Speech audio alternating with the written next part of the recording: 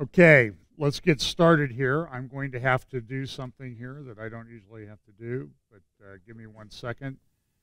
I sent Brian my title slide this week actually early, and then forgot to put it into my slide. So hang on a second here. Okay, sorry about that. So this week we're going to talk about the emerging convergence of the urgent.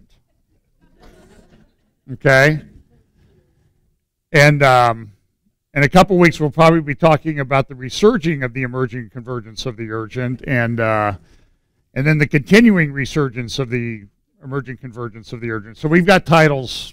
We got them. They're just coming like crazy here, and we do talk about convergence. Let me just get a couple things out of the way from a housekeeping standpoint. I spoke at the Denver Prophecy Summit last weekend. I did 2 talks, one on the Mountain of Israel, one on Jeremiah chapter 23, Woe to the Pastors, kind of an updated one I've done before.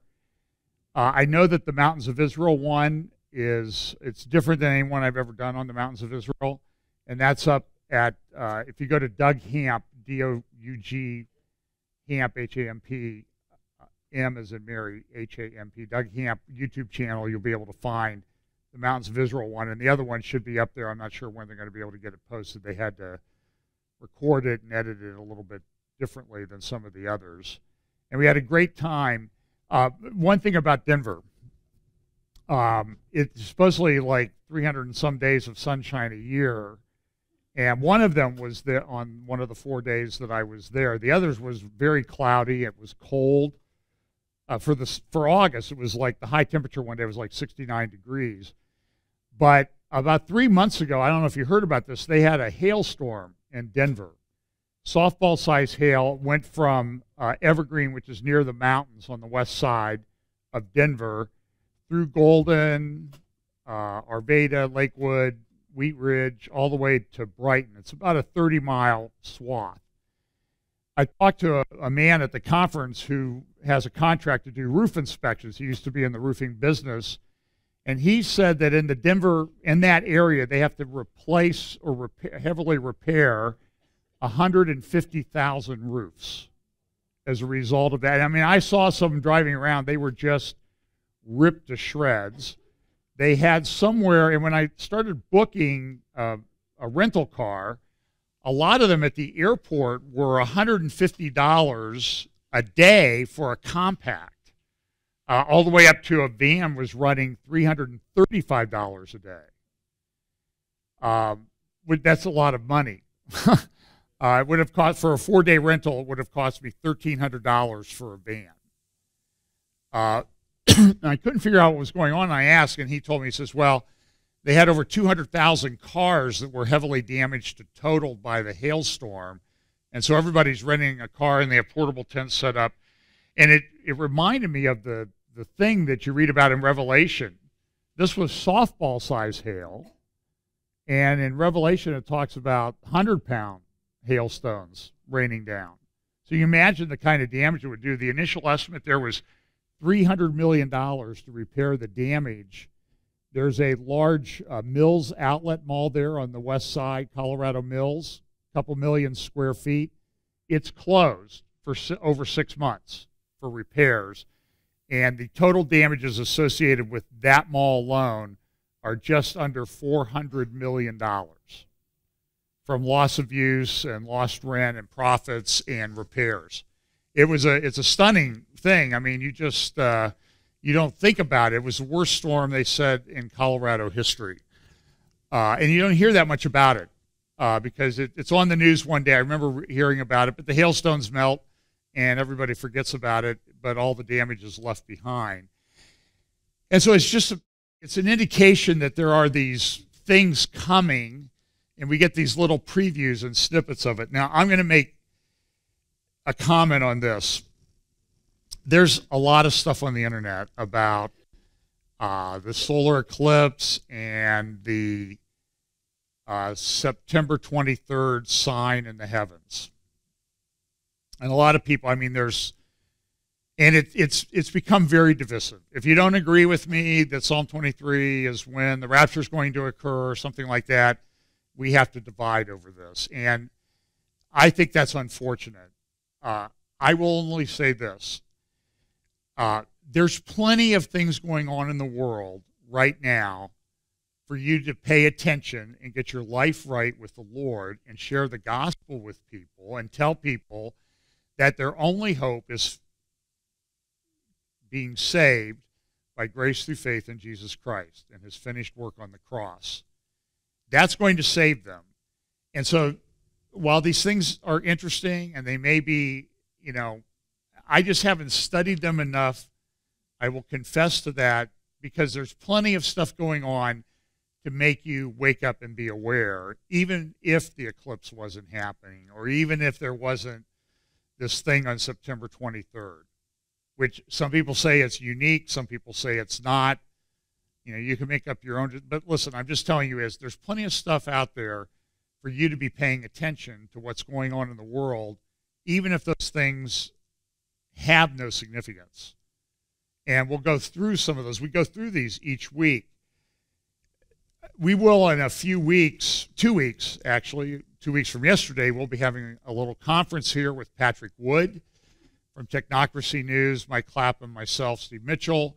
And I'm going to talk a little bit. We're going to talk, I and Patrick will be talking about technocracy, artificial intelligence, some of the things that are coming on the technology side that are very concerning. And as I look around and I watch what's going on, and as I'm preparing that talk, every day there's something new coming about all these technological marvels that are being introduced into our world and culture, but they're also concerning. For example, they're now editing genes in embryos, human embryos, to get rid of certain diseases.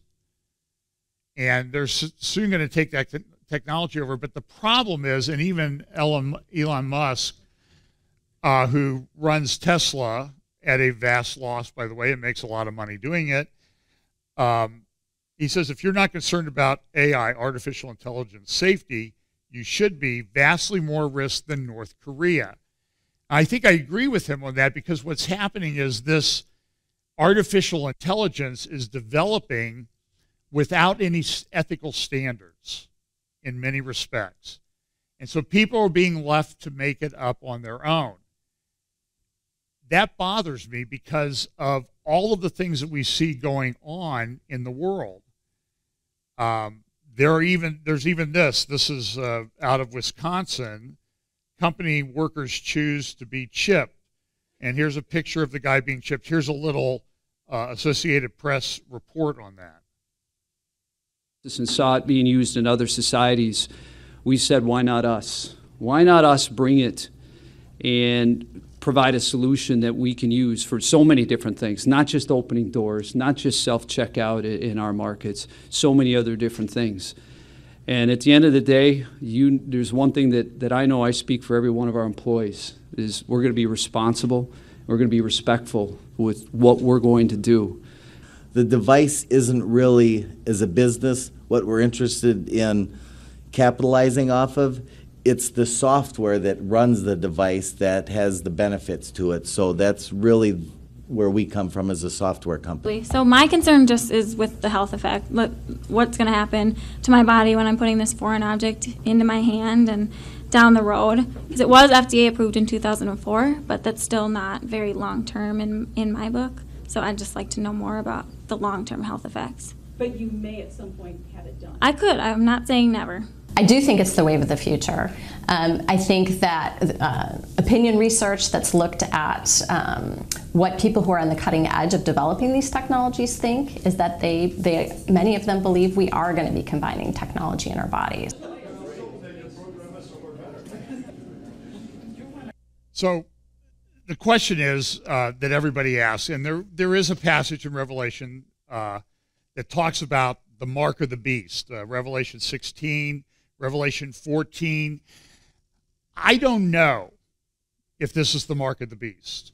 What I do know is that the technology now exists to do this on a massive scale very quickly and easily and track people. So I don't know. My personal view on it is, after looking at the scripture, and it says, and the third angel followed them, saying with a loud voice, if any man worship the beast and his image and receive his mark in his forehead or in his hand. So what is tied together there? A mark in the hand or forehead, and what? Worshiping the beast and his image. And we know that there'll be this image set up in this temple, rebuilt temple, and this Antichrist will go in and declare himself above all that is called God, commit what will be called the abomination of desolation. This is in the middle of the 70th week.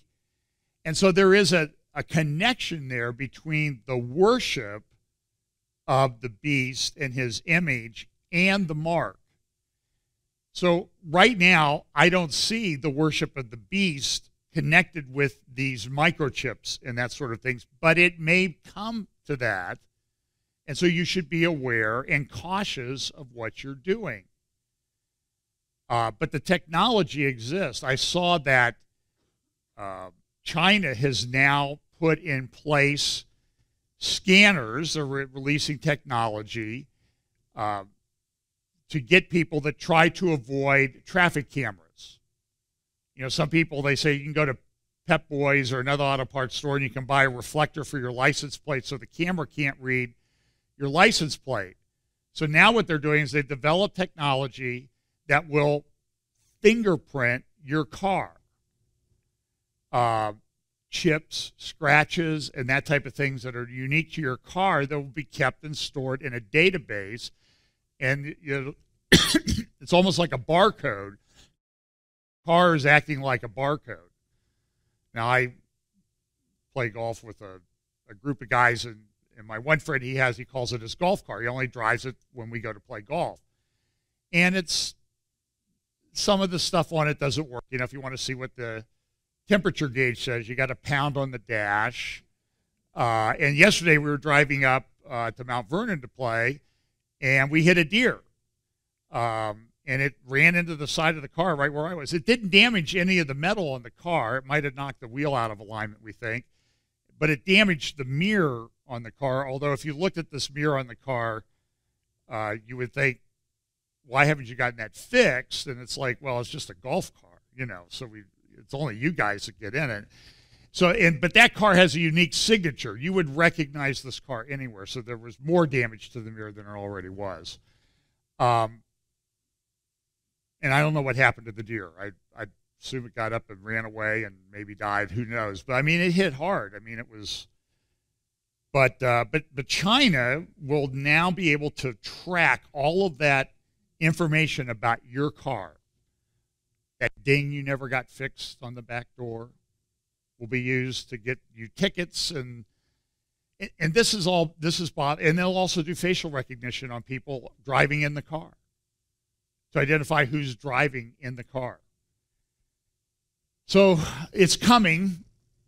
We don't know exactly what it is yet, but just know that the technology is there for somebody to implement it on a massive scale very quickly.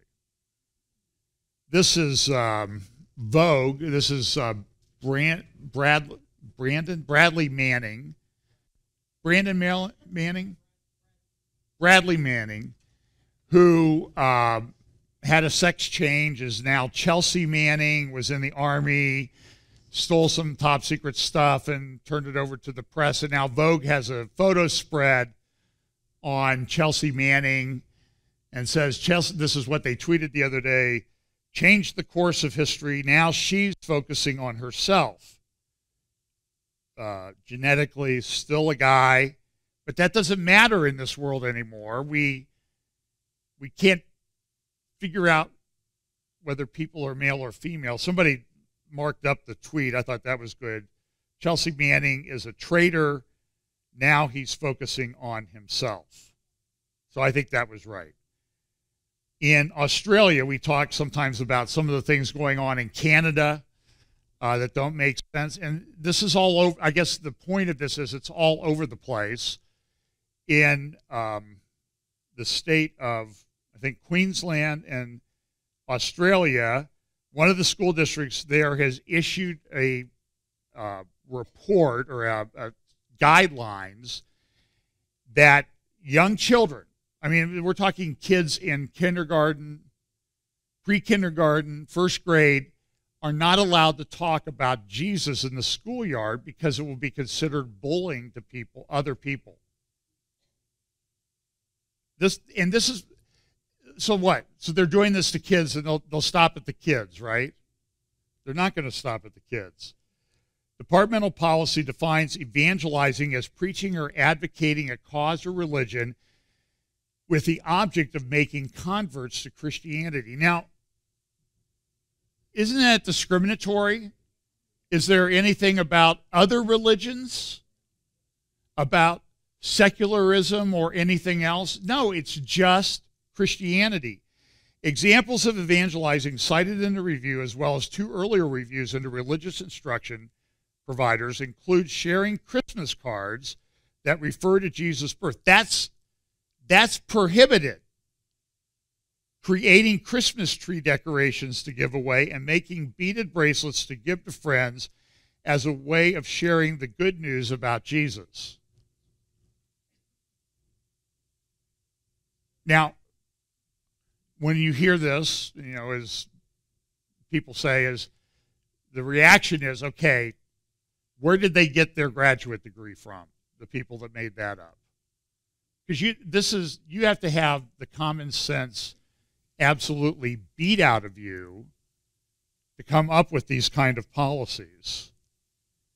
So one report says, Sunshine State sacked Son of God as Queensland bureaucrats blast Christianity lessons.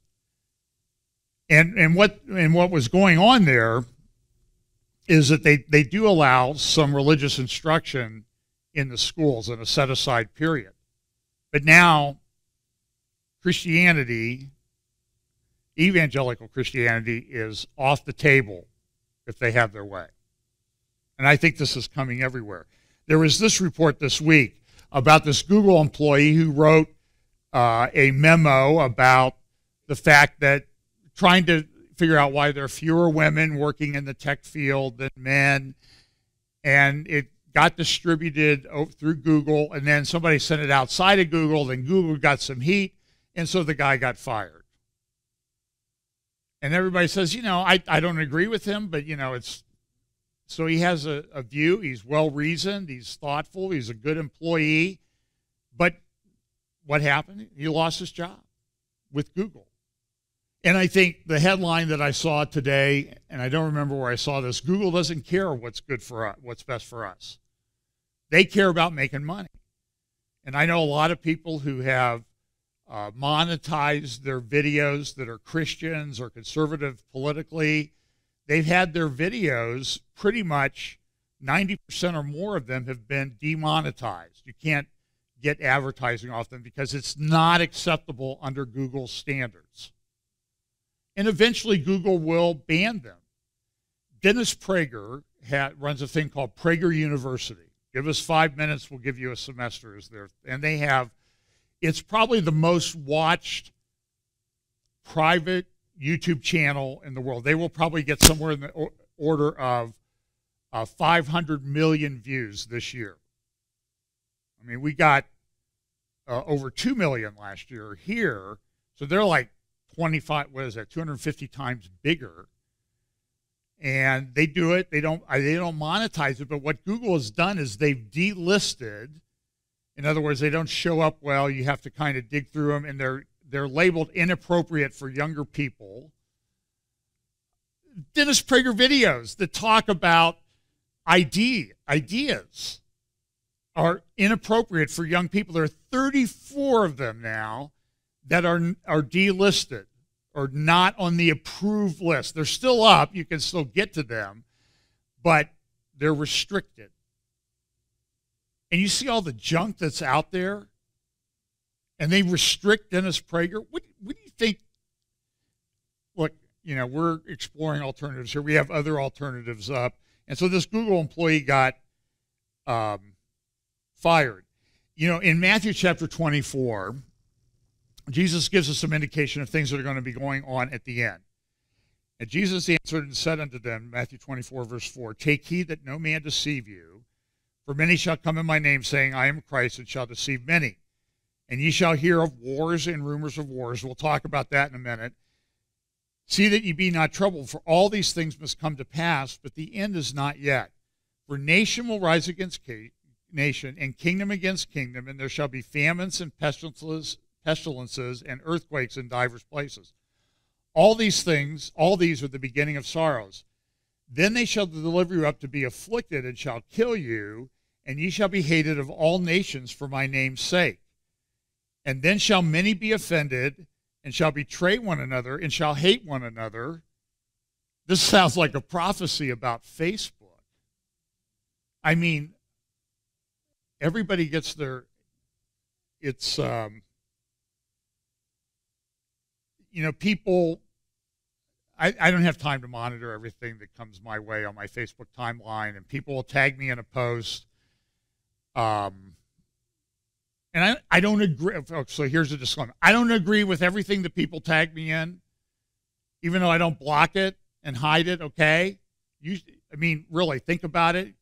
There's, what, hundreds of hours of stuff that I've taught about up online. And you should know that I don't agree with everything that I get tagged in. But here's what happens is somebody will tag me in a post about some cultural issue, and pretty soon people are fighting about something that's not even related to the original post.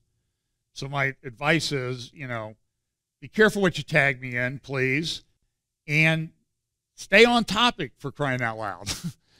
Don't wander off into all these fights, and but I think this verse is, many shall be offended and shall betray one another. False prophets shall rise and shall deceive many. And because iniquity shall abound, the love of many shall wax cold. And we're certainly seeing the beginnings of this, even in the church. So look, I'm a lawyer. My whole life is an argument. Okay? So I don't mind arguments. But these pronouncements that, boy, you don't agree with me on this particular little slice of end times teaching, you're a heretic, you're not saved.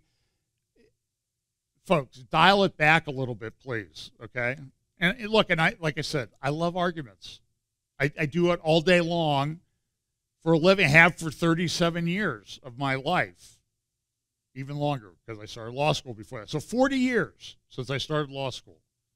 This month, 40 years ago this month, I've been involved in arguments. And I don't mind it. But I'm bothered by what I see a lot of times going on my Facebook posts on my Facebook timeline. It's crazy. So, but this is what Jesus said would be like in the end times. I may have mentioned this a few weeks ago, a couple weeks ago, 3 weeks ago when I was here. There was this article that was in a Vatican-approved journal. It had to be approved by the Pope, written by a Jesuit and a Presbyterian minister who's very tight with Roman Catholics, called Evangelical Fundamentalism and Catholic Integralism, a Surprising Ecumenism. And it was very critical of evangelicals and Catholics working on certain social, political, cultural issues. Here is a report from Fox News about, I guess it was a week, earlier this week.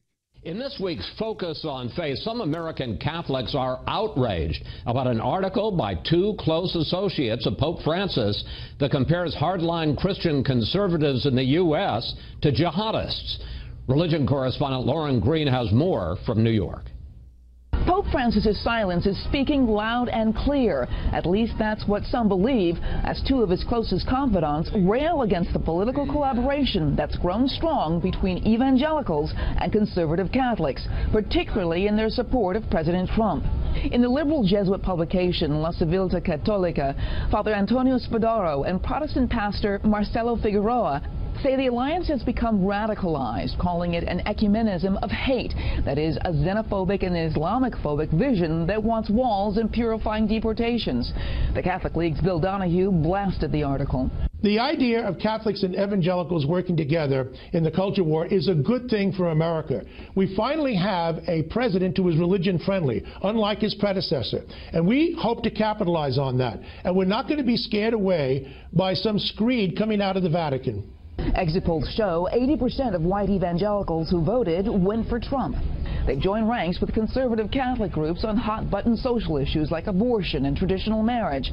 Their biggest concern is religious liberty. Writing in his weekly column, Philadelphia Archbishop Charles Chaput, whose conservative leanings experts say have placed him out of favor with Francis, called the article willfully ignorant and ignores the fact that America's culture wars weren't wanted and weren't started by people faithful to constant Christian belief. Catholic professor Peter Kraft says the rift is a product of the media and that Christianity is not a political system. It's not political liberalism, it's not political conservatism. In a sense, it's both, a liberal heart and a conservative head.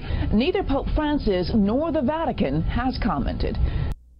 So, listen, in some of those images there, well, here's what a little bit of the article said. Another interesting subject is the relationship with creation of these religious groups that are composed mainly of whites from the deep South, American South. There is sort of an anesthetic with regard to ecological disasters and problems generated by climate change. They profess dominionism and consider ecologists as people who are against the Christian faith.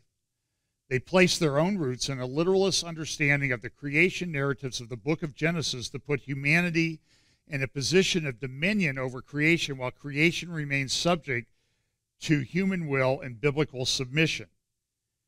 In this theological vision, natural disasters, dramatic climate change, and the global ecological crisis are not only not perceived as an alarm that should lead them to reconsider their dogmas, but they are seen as their complete opposite, signs that confirm their non-allegorical understanding of the final figures of the book of Revelation and their apocalyptic hope in a new heaven and a new earth. This is from a close associate of the Pope.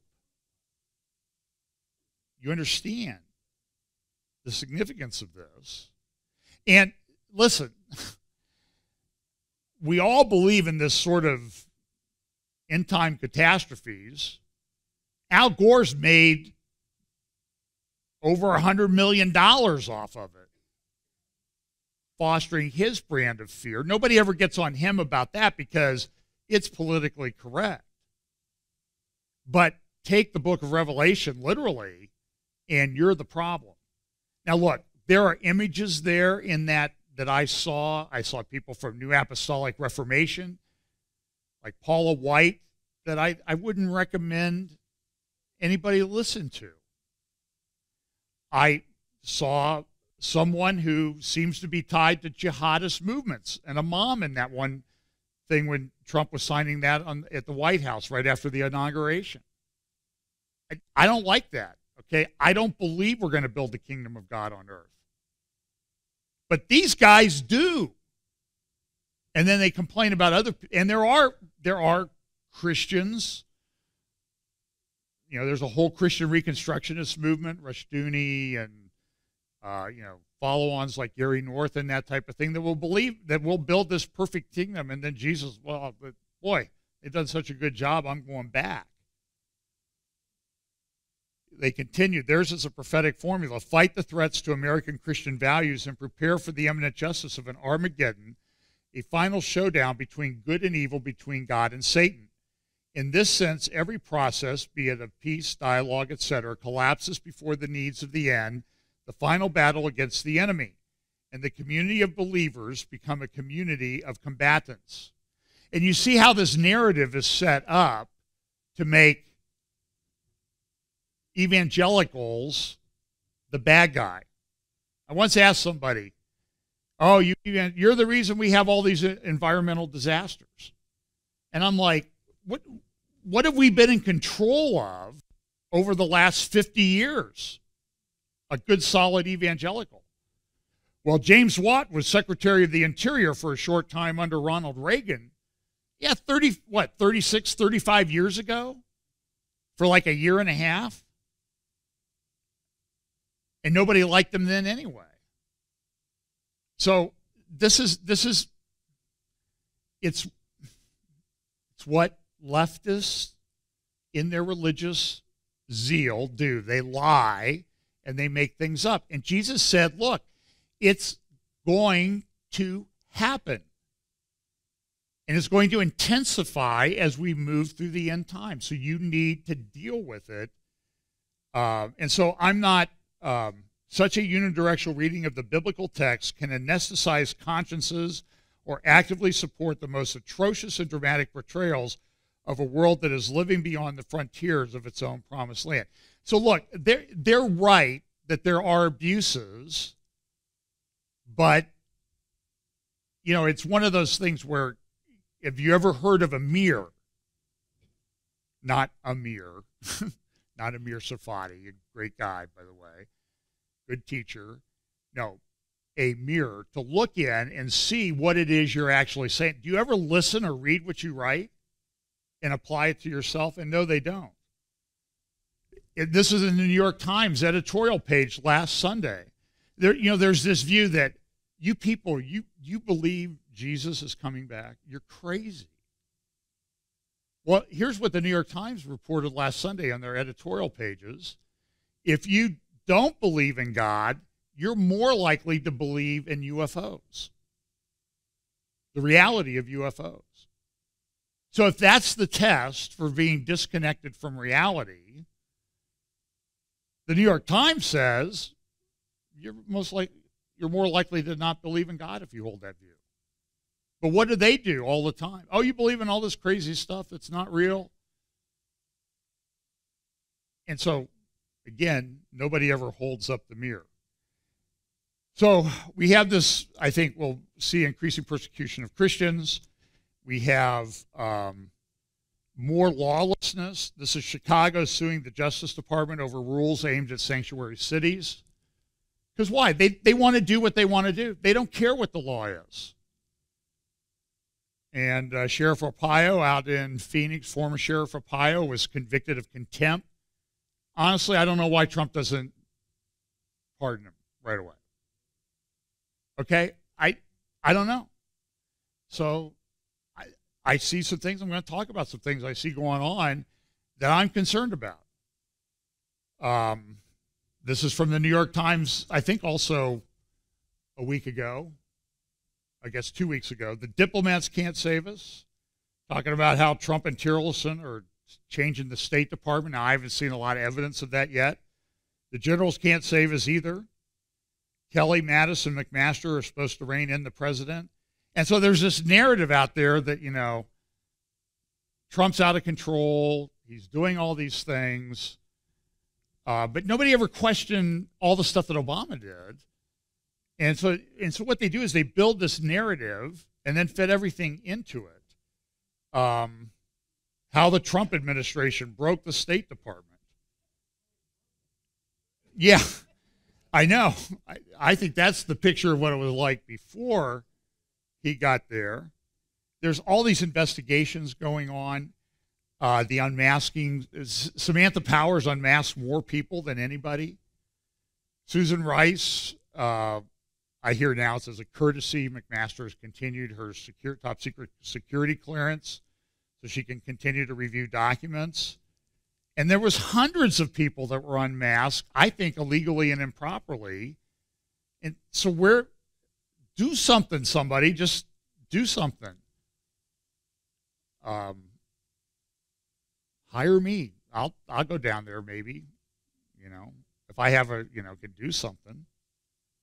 Oh, by the way, there's all these stories about Mueller and how much money he walked away from. He made $3.4 million at his law firm last year, and he hired an attorney who made $5.4 million. He had another one that made $1.4, another one that made $2.8.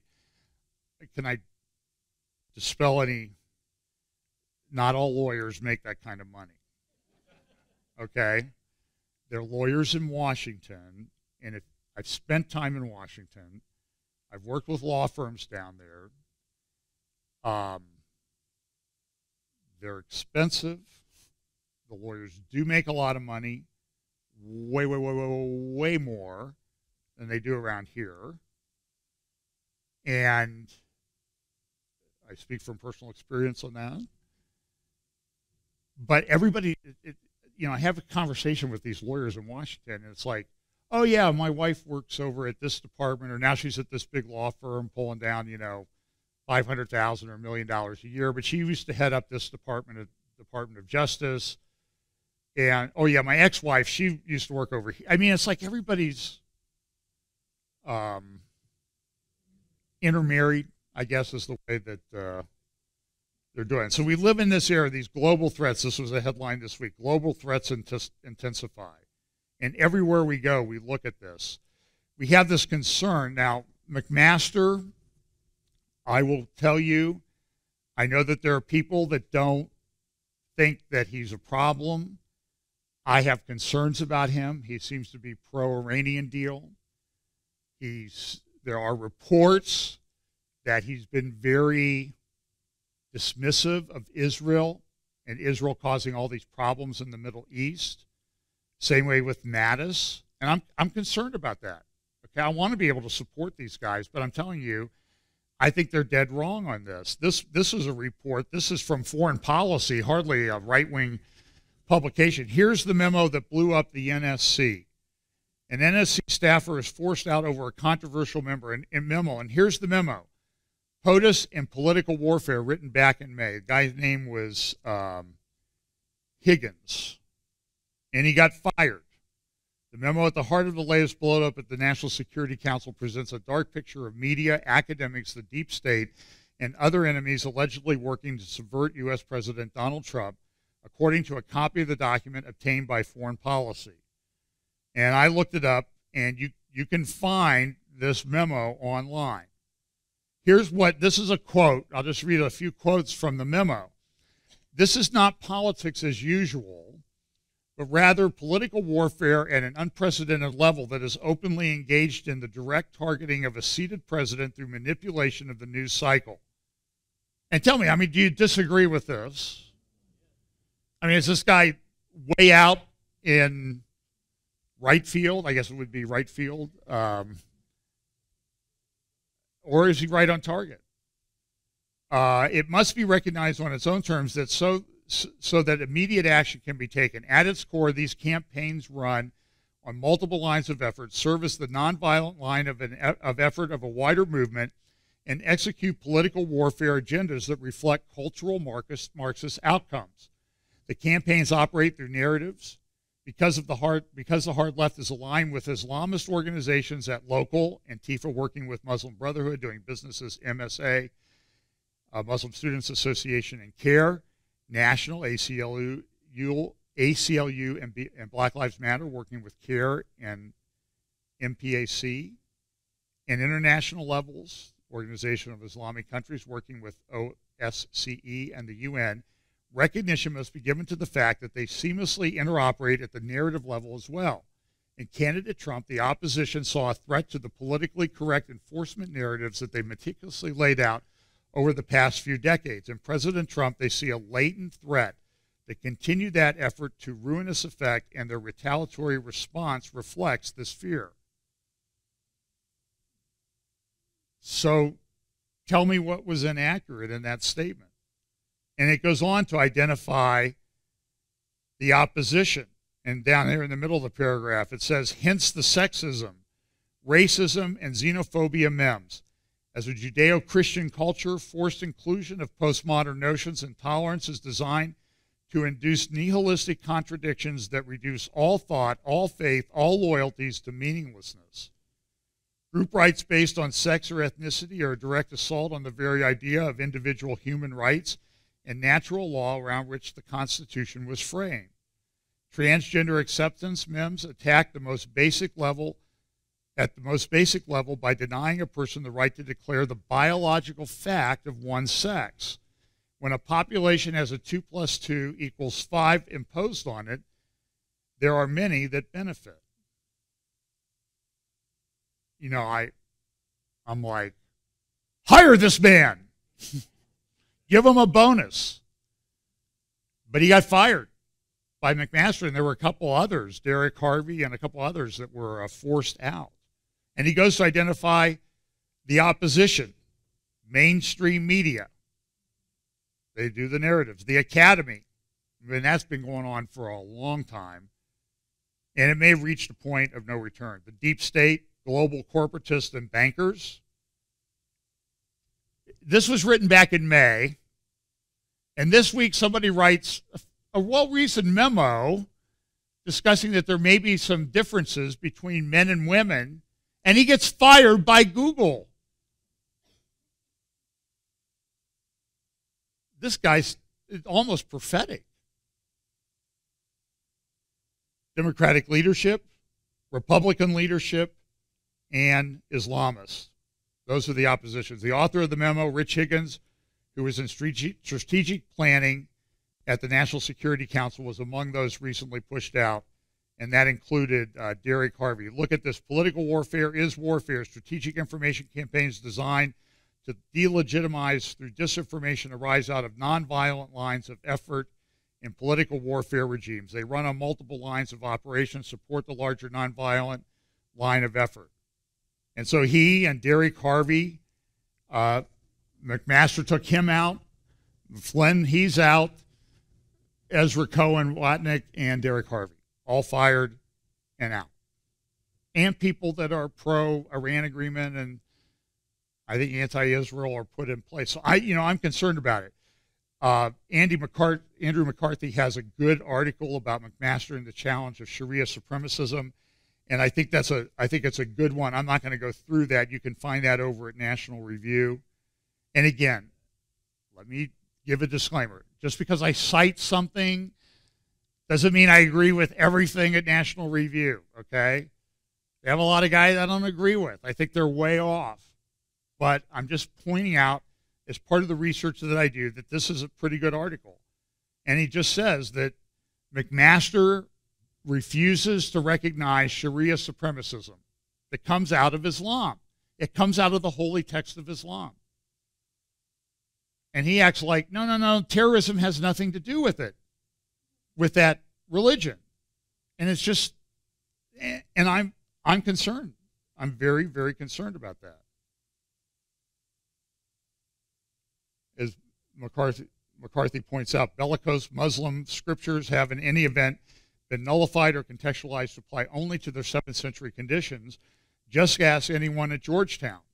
Even if they don't seem to have gotten the memo in Riyadh, Tehran, Kabul, Baghdad, the Nile Delta, Peshawar, the Bekaa Valley, Akka Province, Chechnya, or swelling precincts of London, Paris, Berlin, Brussels, Malmo, Copenhagen, Rotterdam, Vienna, or pretty much any place else in the West where the Muslim population reaches a critical mass.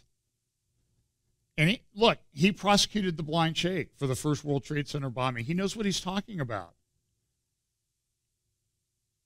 I disagree with my fellow prophecy teachers who say Islam's going to be destroyed and it's not going to be a problem. This is going to be around till the Lord returns.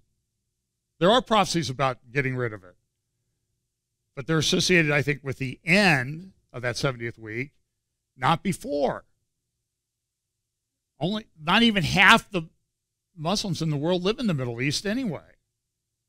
The largest Muslim population countries are Indonesia and India.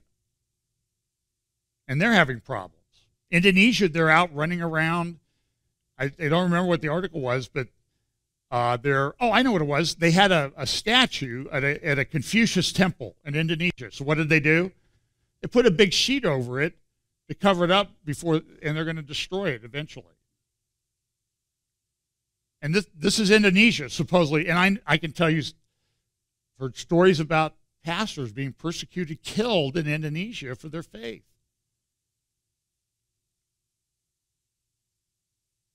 And I'll just note in Ezekiel 38, when it talks about what appears to be nations coming in against Israel that are largely Islamic, that, 5/6 are destroyed. But not 5/6 of everybody on the planet, it's 5/6 of the invading army. It still leaves other people. And so I know that I have friends that teach that they're going to be decimated, they'll be gone, and I don't agree, okay? I just don't agree. I don't see it, and I think that people are trying to force their narrative on the text. That's just my opinion, and I'll back it up, and I'll argue with you about it if you want.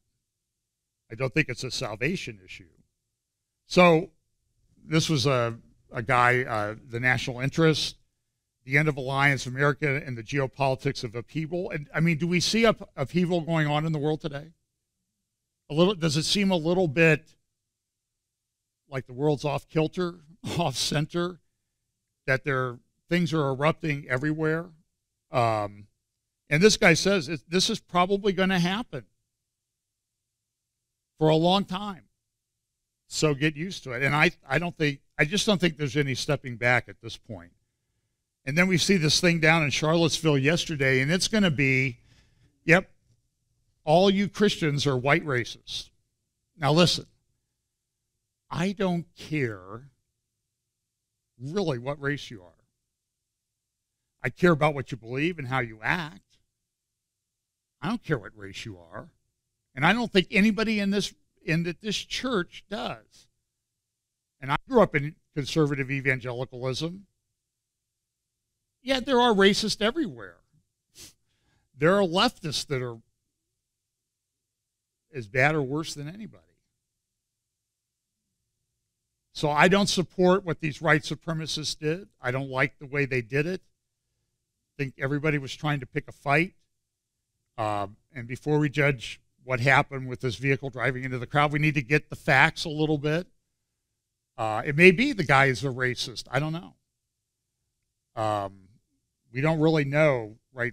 Look, what happened was horrible. You know, three people died. The helicopter crash killed a couple that was monitoring things. A lot of people severely injured. This is terrible. But the narrative will be, mark my words, this is what right-wing people do. This is what they believe and what they support. And if you say that about us or me, you're a liar.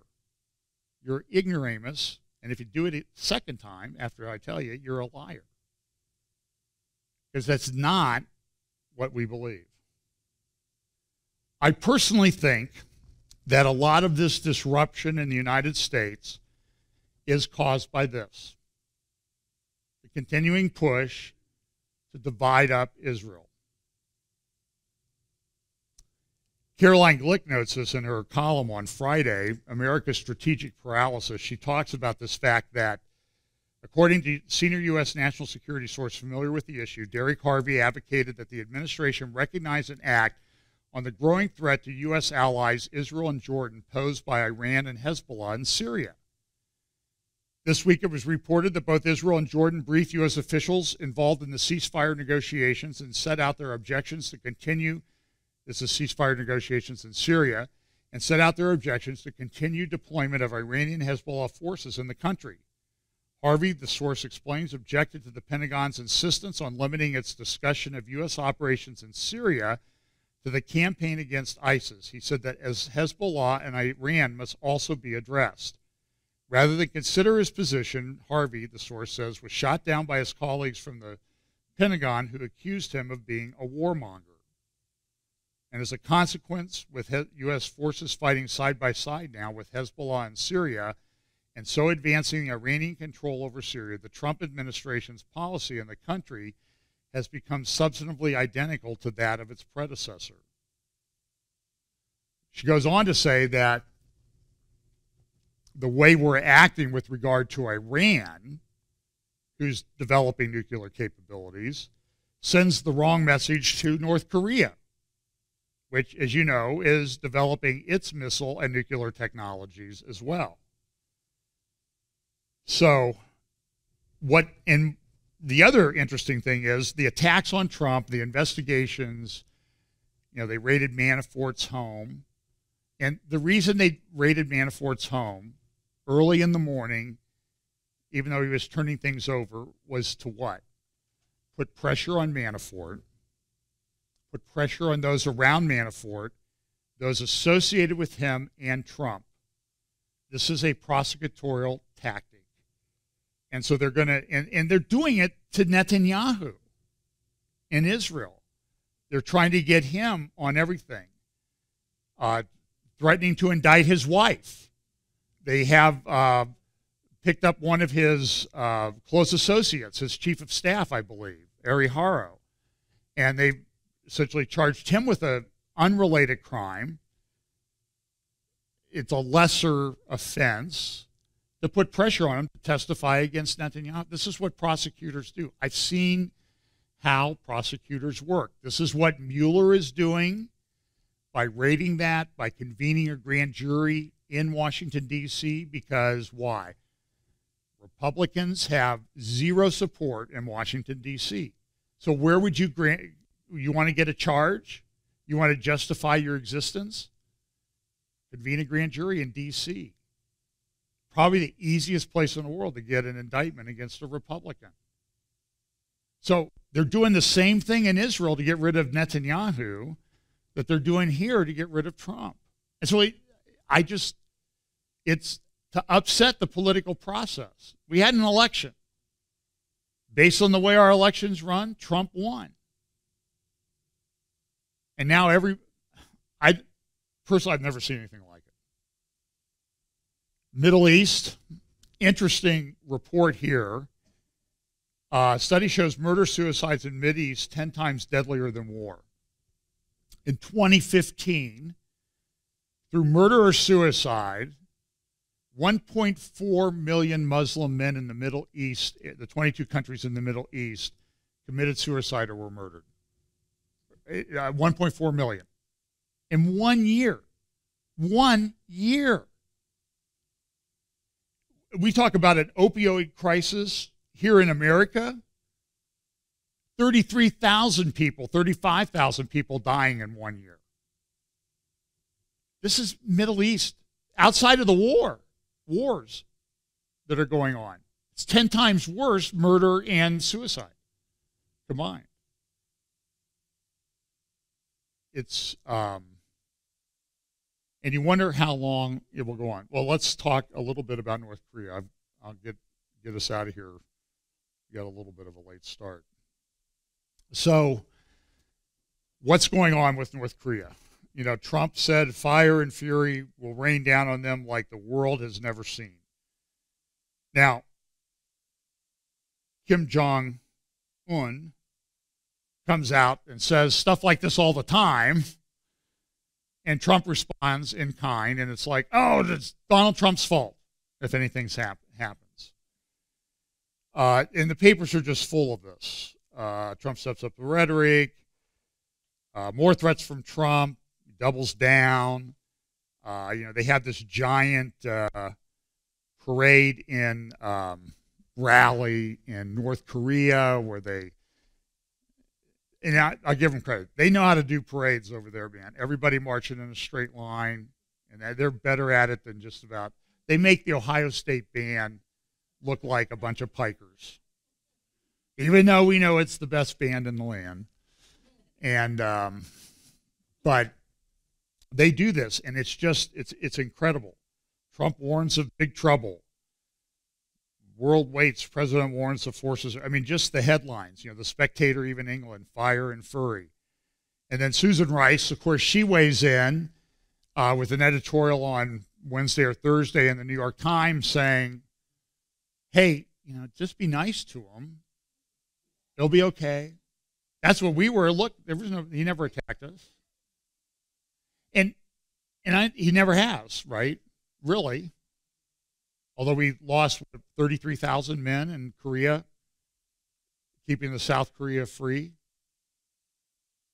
And you have to be careful with your rhetoric. In fact, you can probably trace the North Koreans' attack on the South back in 1950 to a speech given by somebody, I think the Secretary of State, that, we're not really going to do anything about it. And so Kim Jong-un's grandfather, he attacked. And over 1 million people died. The forces, this thing, if it goes, this is sort of an indication of they have North Korea has 1.28 million troops, 7.62 million reserves. South Korea has 625,000 plus 28,500 Americans and 3.1 million reserves, and they have missiles. But look at the number of multiple rocket launchers that they have in North Korea, 5,500 versus 240, 40 of ours and 200 of South Korea. And the fear is if something goes wrong, that it's virtually impossible to take them out, take North Korea out in a first strike. It's just not possible. And so estimates of what would happen, even if they try to take out the leadership, there's people behind Kim Jong-un that are trained in his ideology that will try to continue. And the low side of the estimates I've seen are 1 million dead, some in a week. And he has all these rocket launchers and artillery aimed at Seoul, a city of, 20-some million people,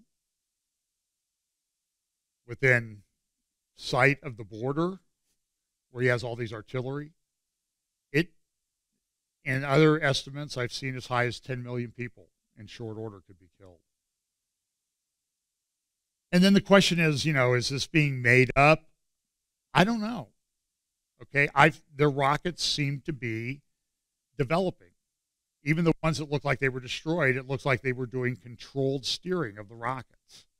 So I think they've gotten pretty sophisticated. The Washington Post came out with articles about the fact that they have this capability. They may have as many as 60 nukes. Israel might have 80. And everybody says they're probably a nuclear power. Here's a report.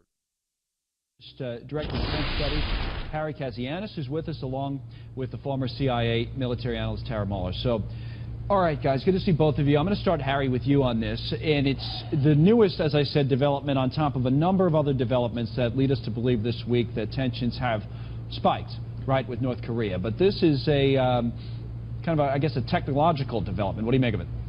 Well, Connell, I think today at 12:22, when the Washington Post story broke, we can definitively declare North Korea a nuclear power. Not only a nuclear power, but a power that can hit the United States with an intercontinental ballistic missile.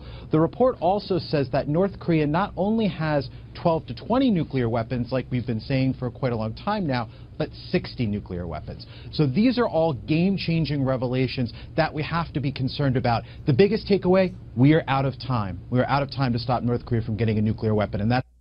Here's another report. Let's bring in now from the Fox News military analyst, Colonel David Hunt, who joins us. And just to, Colonel, continue that conversation. I'm sure you heard at least the latter part of it on this use of force and whether preemptive military action is on the table.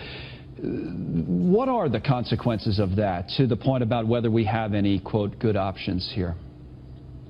Yeah, let's understand a couple of things. We've been historically 40 years under the threat of nuclear attack from China and Russia. We'll get through this, okay, with a lot more missiles than North Korea's supposedly have. But what's happening is people are talking about preemptive strikes or decapitation as if they're going to be 100% successful with no repercussions. In all the war games we've ever done, if we decide to do a preemptive strike, the North Koreans will get a 6 to 8 minute warning. 6 to 8 minutes is enough for hundreds of thousands of rounds to go from 30 miles south of the demilitarized zone from North Korea. Right. The other thing is, if we decide we're going to go on the ground, we have to move soldiers and we have to move Marines and aircraft. It's not going to be a secret. North Korea is not going to lay down. We would win the war. It's not an issue about who would win. We have the greatest military we've ever had. It's phenomenal. However, the civilian consequences would be 1 million casualties plus in the first 3 or 4 days alone. That may be too much for anybody to swallow.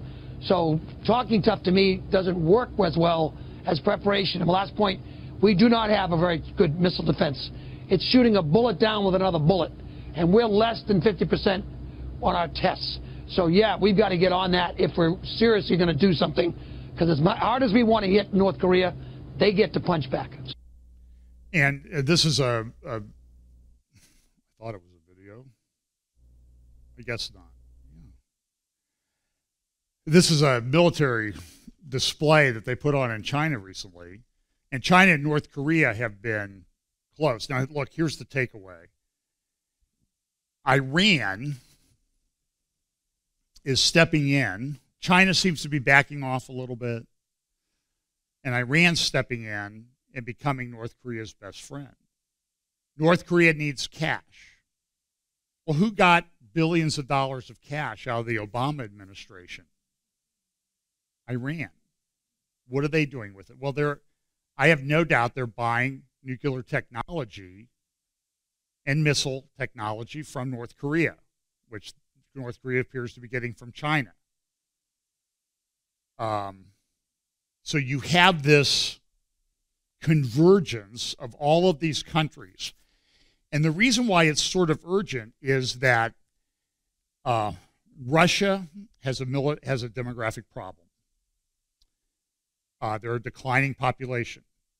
They have a bad economy, but they developed some great technology that, from my research, indicates that our aircraft carriers have no defense against the hypersonic missiles that Russia has developed. Those missiles travel at Mach 8, which is about 6,000 miles an hour. We have some laser and rail guns that that's, by the way, 6,000 miles an hour is a really fast bullet. And we have some technologies that we're developing, but they're not there yet. And they essentially make our aircraft carriers sitting ducks to be taken out. So while we have naval superiority, our defenses haven't developed to keep up with that yet.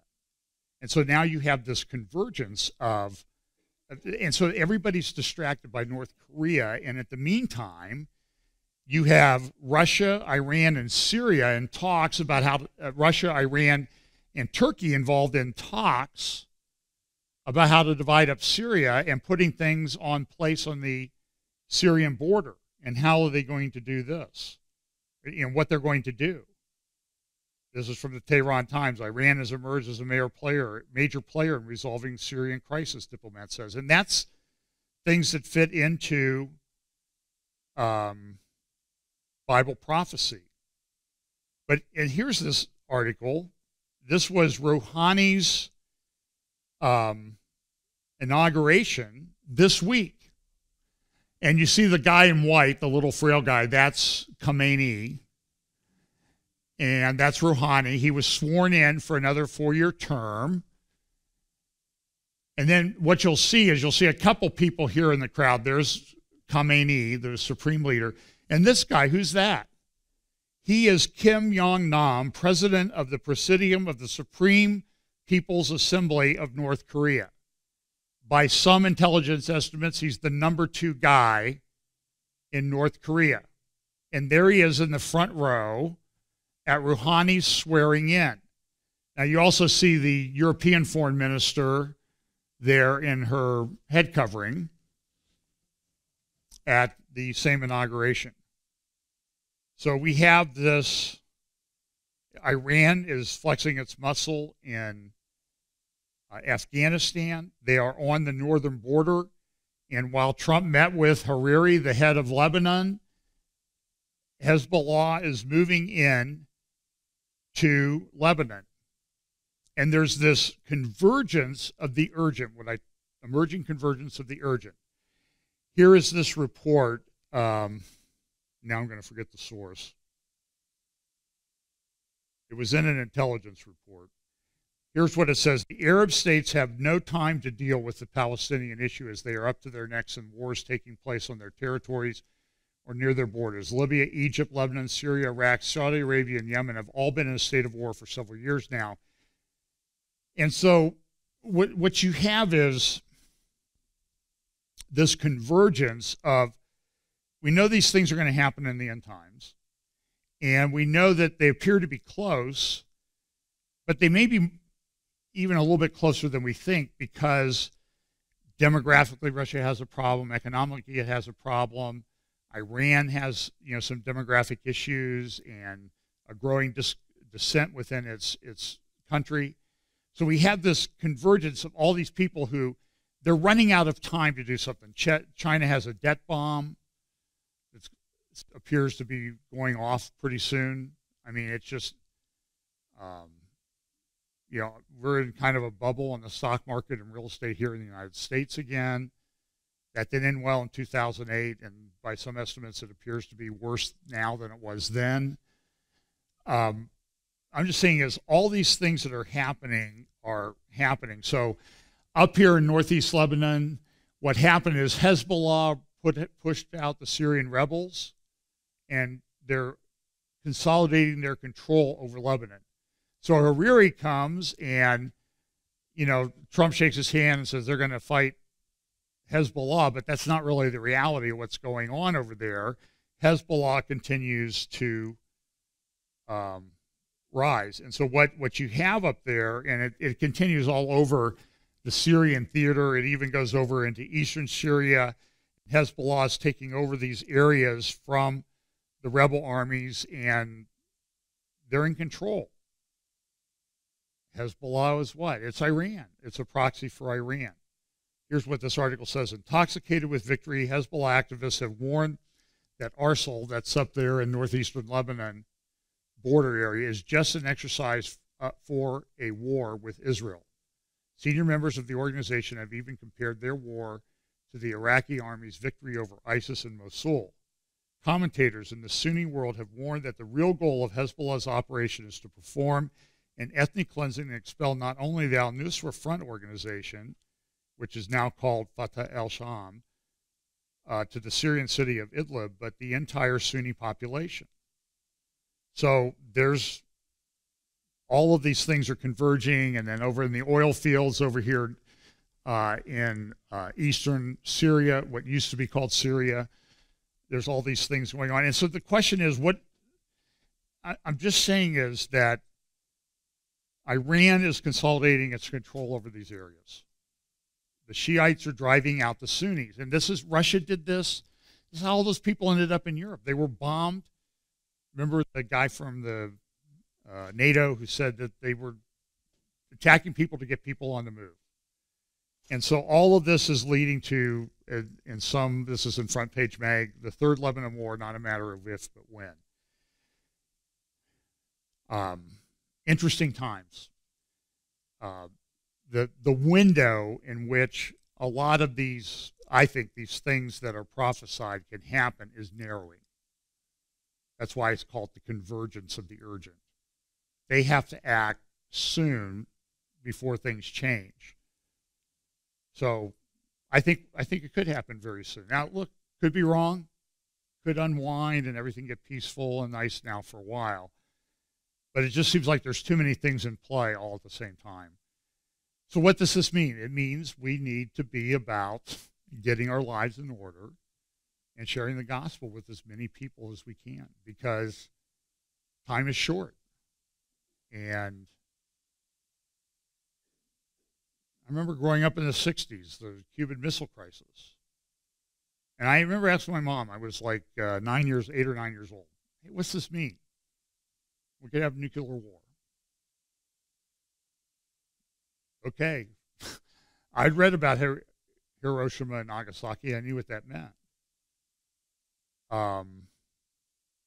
And we could be living at that time again. We don't know what North Korea is going to do. The guy is unpredictable, not rational. The Russians were rational. The Chinese are rational, but this guy he's been raised to think he's a god.